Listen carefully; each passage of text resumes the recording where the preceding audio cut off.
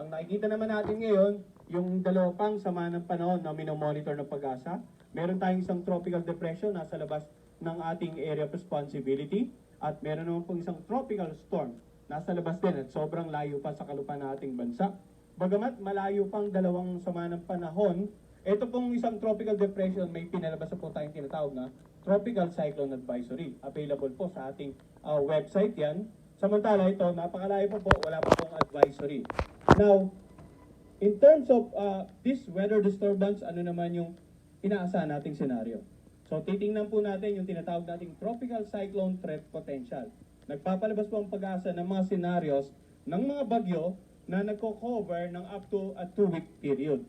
So, yung unang pinakita nating tropical depression na nasa loob ng ating Tropical Cyclone Advisory Domain, ang sa ngayon nakikita nating senaryo ay kikilos papasok ng ating PAR, then posibleng lumapit or maglandfall dito sa may bandang Northern Luzon area bago mag-record pahilaga.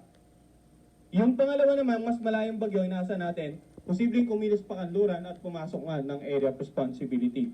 So itong dalawang senaryo nito ang dahilan kung kaya't patuloy po tayo magmomonitor at magbibigay ng update hindi lamang sa bagyong si Nika, kundi maging sa dalawang sama ng panahon na nasa labas nga ng ating area of responsibility.